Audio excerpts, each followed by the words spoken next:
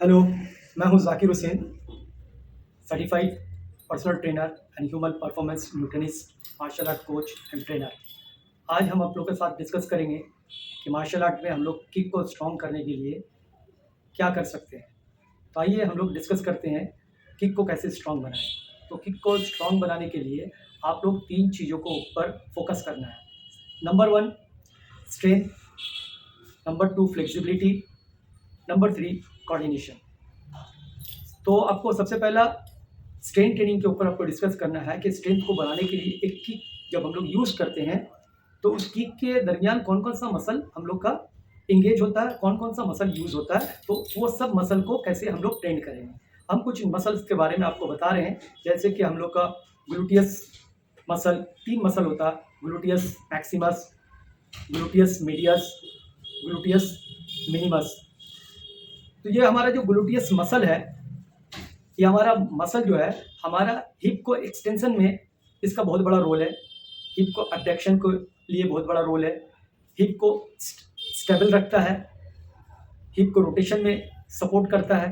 तो ये हमारा जो ग्लूटियस मैक्सिमस का रोल है। उसी तरह ग्लूटियस मैक्सिमस और ग्लूटियस मिनिमस और मीडियस, इसका स्पेशली रोल जब होता है हम लोग किक के लिए, जब हम लोग एक पैर को हवा में ले लेते हैं और एक पैर में स्टेबल करते हैं। जब बेस ऑफ सपोर्ट हमारा एक पैर में होता है तो उस वक्त हमारा मिनिमस और मीडियस जो मसल है वो बहुत ज़्यादा इंगेज होता है।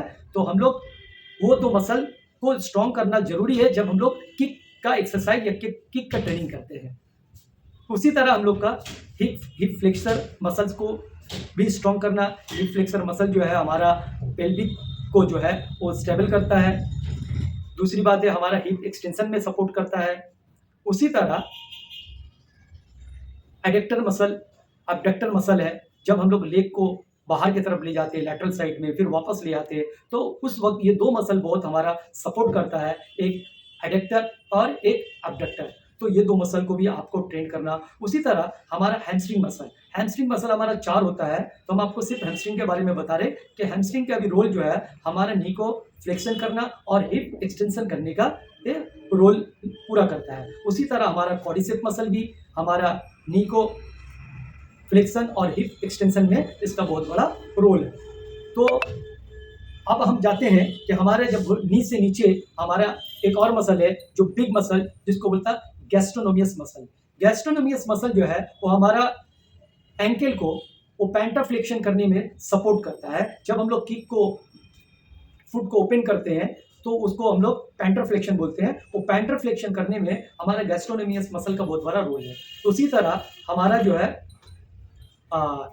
एक मसल है जो हम लोग जो टिबिया बोन के साथ जुड़ा हुआ, वो टिबियालिस इंटीरियर बोलते हैं। जब हम लोग डॉर्सी फ्लेक्शन करते हैं एंकल को तो हमारा डॉर्सी फ्लेक्शन में टिबियालिस इंटीरियर का बहुत बड़ा रोल है।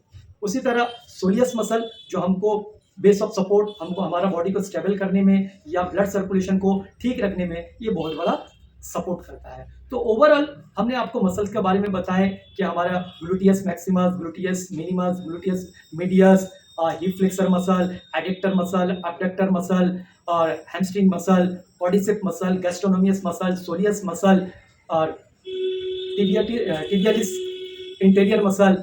तो ये ओवरऑल जो मसल है इसके ऊपर आपको स्ट्रॉन्ग बनाएंगे तो इसके बारे में आपको जानकारी होना चाहिए कि हमारा कौन सा मूवमेंट में कौन सा मसल इंगेज होता है, तो कौन सा एक्सरसाइज करे जो हमारा किक में पावर जनरेट हो और हमारा किक पावरफुल बन सके।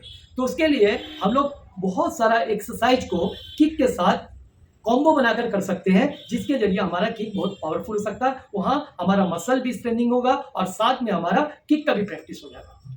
तो ये हो गया, मैंने आपको स्ट्रेंथ ट्रेनिंग के बारे में बताया कि अपना किक को पावर कैसे जनरेट करेंगे। उसी तरह फ्लेक्सिबिलिटी के बारे में हम आपको बता रहा हूं, अगर फ्लेक्सिबिलिटी नहीं है तो किक का परफॉर्मेंस अच्छा नहीं हो पाएगा, क्योंकि फ्लेक्सिबिलिटी ही हमारा बॉडी को स्टेबल करता है, बैलेंस बनाता है और हमारे अंदर बॉडी के अंदर लचक पैदा करता है।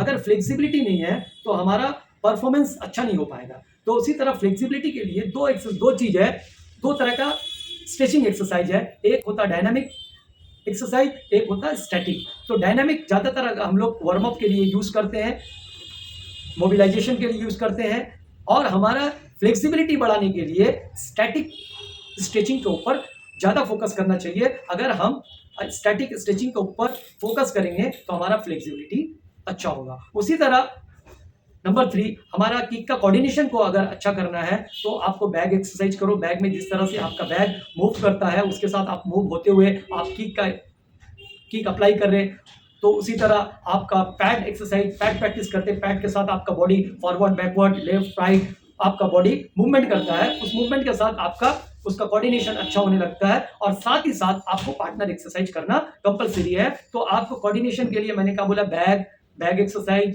पैड एक्सरसाइज, और साथ में आपको क्या करना है, पार्टनर एक्सरसाइज। अगर आप ये 3 चीज को बराबर करेंगे, आपको जो बताए ये 3 चीज किक को स्ट्रॉन्ग करने के लिए, सबसे पहले स्ट्रेंथ, फ्लेक्सिबिलिटी एंड कोऑर्डिनेशन, ये 3 चीज को अगर आप बैलेंस बनाकर प्रैक्टिस करेंगे तो आपका किक बहुत बेहतरीन हो जाएगा। फिर आप अपने किक के ऊपर जो कॉन्फिडेंस लाना चाहते हैं वो कॉन्फिडेंस ला सकते हैं। Thank you very much.